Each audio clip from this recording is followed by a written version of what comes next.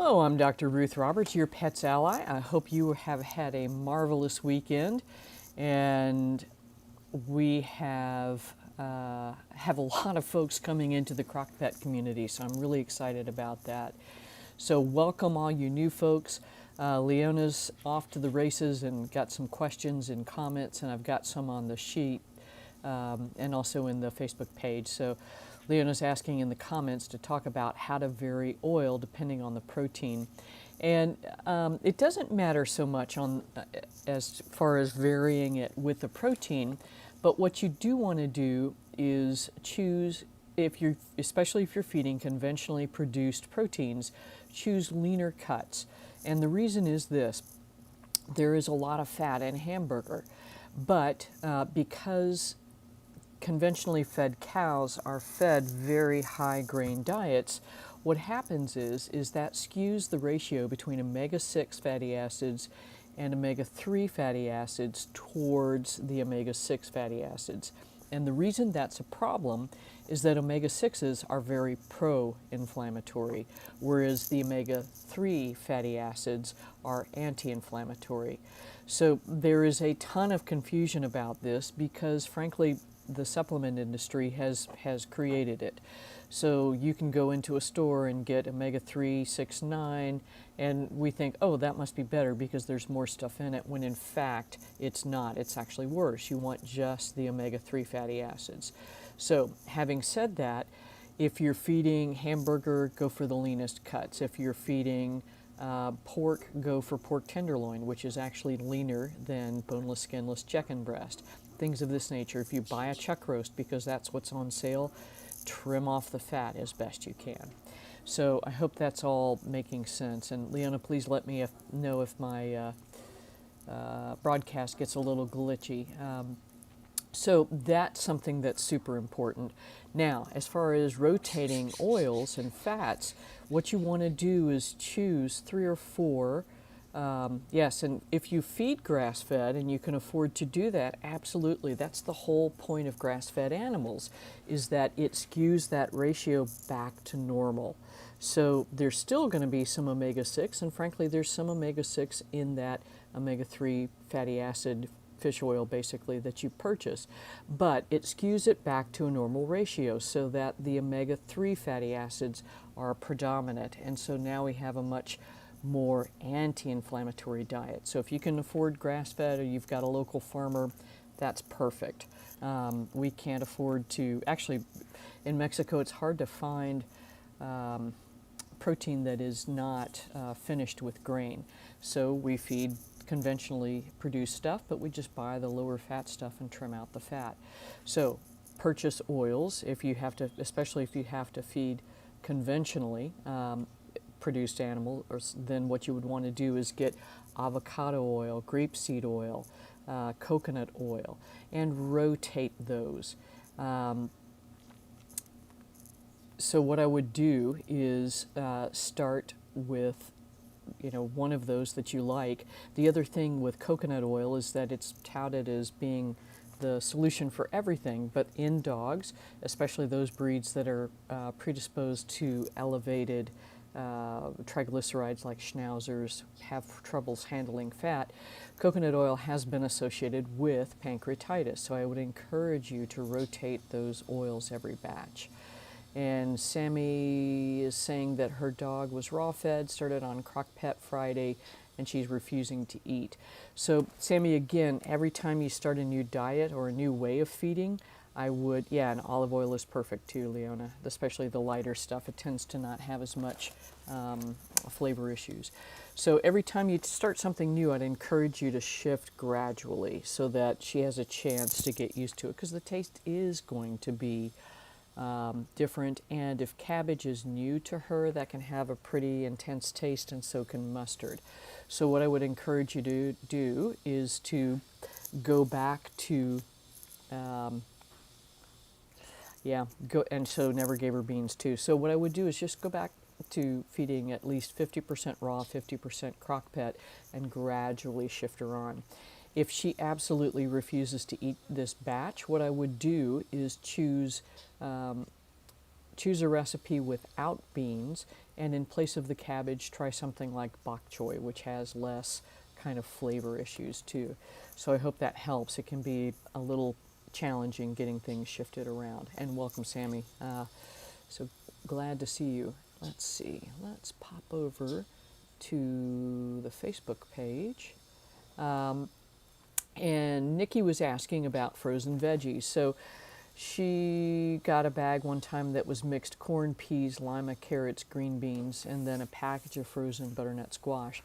And Nikki, this is the thing we kind of forget about sometimes, but really most of these things, the corn, peas, and lima beans, these are starches. So I would encourage you to look for things like Normandy blend. So that's going to be things like zucchini, yellow squash, broccoli, cauliflower. That's a better choice. And you're right. I mean, you've just got to go with what's available for you. You can also look at some frozen greens, and those are helpful too. So hopefully that has been of assistance. Yeah, and it is. I mean, it just depends on where you are.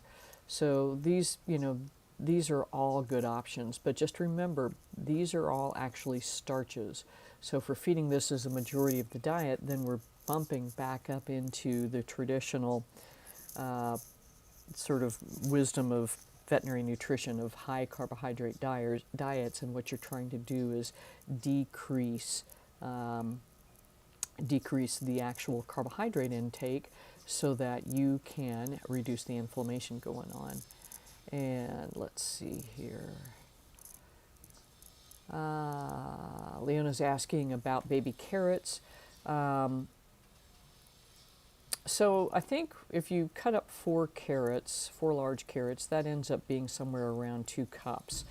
And one thing about baby carrots that's kind of gross is really they're just large carrots that have been trimmed down.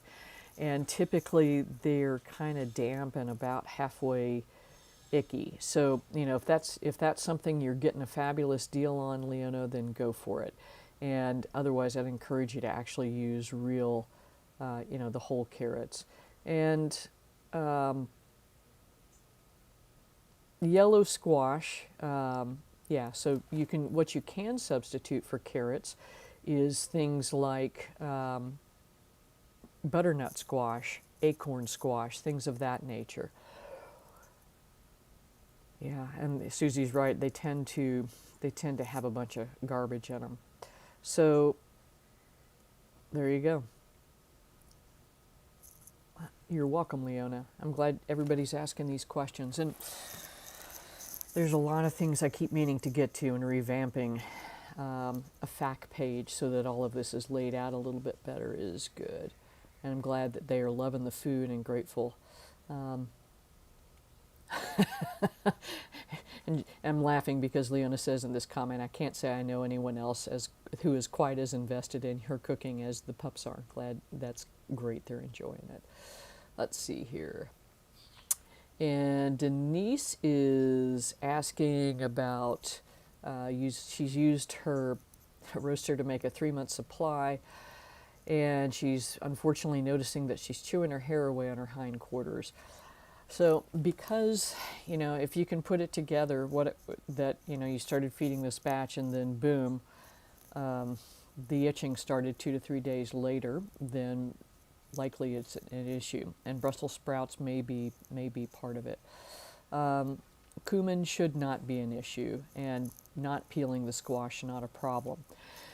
The other thing I'd really encourage you to do, Denise, is to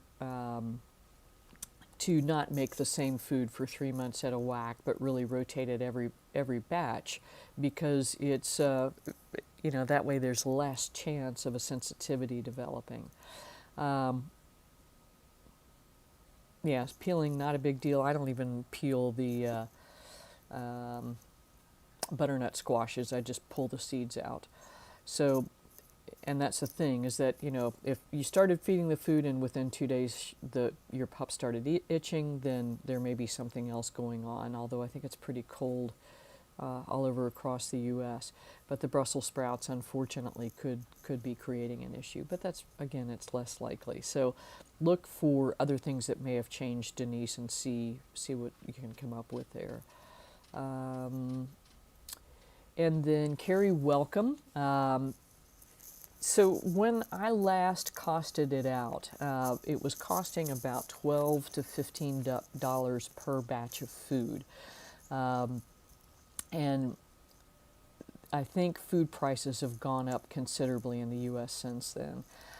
So what I'd encourage you to do, is it going to be more expensive than kibble? In many cases, yes, it will. In some cases, no, it won't. So for instance, if you were feeding a Kana or Origin, something like that, it's probably going to be cheaper cooking. And what you could do is just make a batch that you don't puree up, and then you can offer that to your husband for supper one night. It's kind of like a big old crock pot slow cook thing. And as Wendy says, if you shop, just like anything, you can pay more, you can pay less. See if you've got a farmer that has extra veggies they're trying to, they couldn't sell at the farmer's market. See if you've got a local butcher that can help you out. And I think that's a great way to bring your cost down tremendously. So Carrie, welcome. Hope everything is going well. And let's see here. Danielle is asking, let's see, let me make sure I get all of these. And Noelle is asking about coconut oil, and so you got it. Glad to see you back, Ann Noelle. So again, rotate the coconut oil with other oils simply because we can see pancreatitis with consistent use of coconut oil. Let's see. So Danielle is asking about changing up recipes. And so there's a couple of things to bear in mind. Yes, I've got some basic recipes laid out for those of you that are not cooks. So what you can switch out, sort of apple for apple, if you will, is any green is going to be about the same calorically as any other green. The summer squash, zucchini, yellow squash, calabacitas, if you're in New Mexico, those are all going to be equivalent as far as calories go. And the other things like the darker fleshed veggies.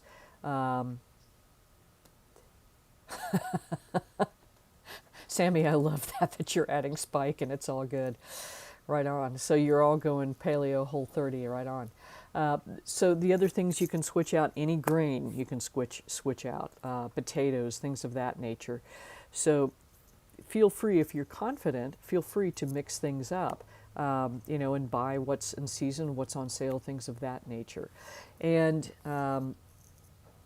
if you've got a pup that needs to lose 5 to 10 pounds, my guess is that you're going to see that happen pretty quickly.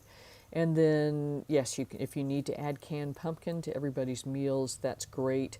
If that keeps the others from eating poop, or the one pup from eating poop, that's great. The other thing I would encourage you to look at is a probiotic, and the one I've been extremely happy about is Phytospore.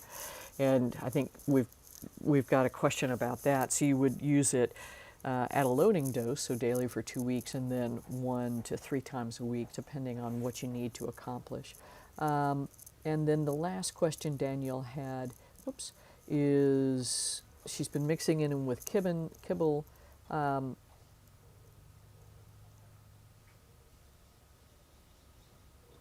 And completely get it. You got to do what you got to do to make everybody happy and make your budget work. So I think the fact that you're feeding half cooked food with half kibble is you're going to really see a big difference. And they're like, yeah, Mom, this is the best stuff in the universe. So there's a couple of things you can do to slow them down. You can feed on let me pop back to camera here. So you can feed on like a cookie sheet, and so the food is spread out, so they have to take their, that's kind of the cheap and dirty way to do it, take their time to eat. You can get those break fast bowls. If you haven't seen those, they are bowls with little fingers sticking up out of them, so that your pups have to really work to get all the food out. And then, so that's a couple of different options. And then sometimes by adding a lot of water so that you get the kibble nice and hydrated, so to speak, you'll slow them down because they have to drink a lot of the food. And that's not a bad idea, because sadly one of the things that kibble does is suck water out of our pets. It's kind of like if we were eating granola bars all the time. I think that would not be too cool. And then Danielle's also asking, if she were to switch 100%, how many cups would her 70-pound dog need? So it depends. So yes, strictly speaking, she would need about 1,200 calories, but really this depends on, it depends on her activity level. So if you're going with straight keto, the other way to bump up the caloric intake is to actually add fat. And I would do this slowly. So if you're going keto for a health reason, like cancer, things of that nature, then yes, this would be the way to go. Now, so here's the thing about the feeding recommendations. If your pup is mostly a couch potato, chances are good that you're going to get away with somewhere around 3 cups a day of food. And again, you can bump up the caloric intake by adding more oil, but you want to do this slowly so we don't create pancreatitis. And so remembering that 1 tablespoon of oil is 120 calories. If your pup really is very active and needs all 1,200 calories a day, then I think you can get away with feeding 3 cups. So that's going to take you to 6, 7, 50, like 8.25, and then you can start to make up the difference with oil. And in this situation, I would recommend using other oils than coconut, because you're going to be on a higher fat intake, and do it gradually. So if your total goal is 1,200 calories, you're starting with 825 of food. Maybe your first step is going to be to go to add that first tablespoon of oil in. So start with something like a half a teaspoon per meal, and then if that's okay, after 2 or 3 days, a teaspoon per meal, and so on and so forth until you get to that appropriate dose. So I hope that makes sense. Let me double check my Q&A sheet to make sure I got them all. Amanda was asking about if she can dehydrate the food after being cooked and then add the vitamins and calcium after rehydrating it to save on storage space. So actually there's a Harvest Right site that I put the recipe on, because they've got these great food dehydrators. And what I would suggest doing is actually cooking the food with the calcium in it, because we put the calcium in for balancing the phosphorus ratio, but we also use it to help take out those materials like phytates and things of that nature from broccoli that can be harmful. So I would recommend doing that, dehydrating it, and then adding in the vitamins on a per meal basis. So I hope that makes sense. And let's see if I've got everything else. Yeah, I think that's got us covered. So I think that's what we got for this week. I'm so happy we're getting so many more people in the community, so we can get a lot more pets on a healthy way of living. We're lots of stuff in process, and it always seems to take longer than it should. But the good news is we finally do have that curcumin product available, and I'm really excited about this. So it is curcumin with bioperine and coconut oil. And the reason those things are in there is that it helps to improve the absorption of the curcumin into the body. And for those of you that aren't familiar with it, we are, let me just pop over to the page here. What curcumin does, amongst other things, is it helps to decrease inflammation, it helps to improve gut function, all sorts of good stuff. So let me just pop into the description for you so you can take a look at it. But we're super psyched about this. It does have some bacon, some beef liver in it, and then a bacon flavor. So this isn't completely optimal, but it does take something to get this taste, get these guys to eat it. Some pets will eat like a golden yellow paste, but for just frankly for just safety and ease of getting this in, I think this is going to be awesome for your pets. But this is a great way to reduce overall inflammation, and we're going to also be announcing a contest here pretty quickly where you can win a free bottle, and we'll have this on sale 15% off. So be looking in your email for some information about that. But really excited about this product. I think we're going to have some great results with it, and you'll find your pet a lot happier. So that's what I have for you this week. Until next week, remember, your pet's best health starts in the bowl. I'm Dr. Ruth Roberts, your pet's ally. Take good care.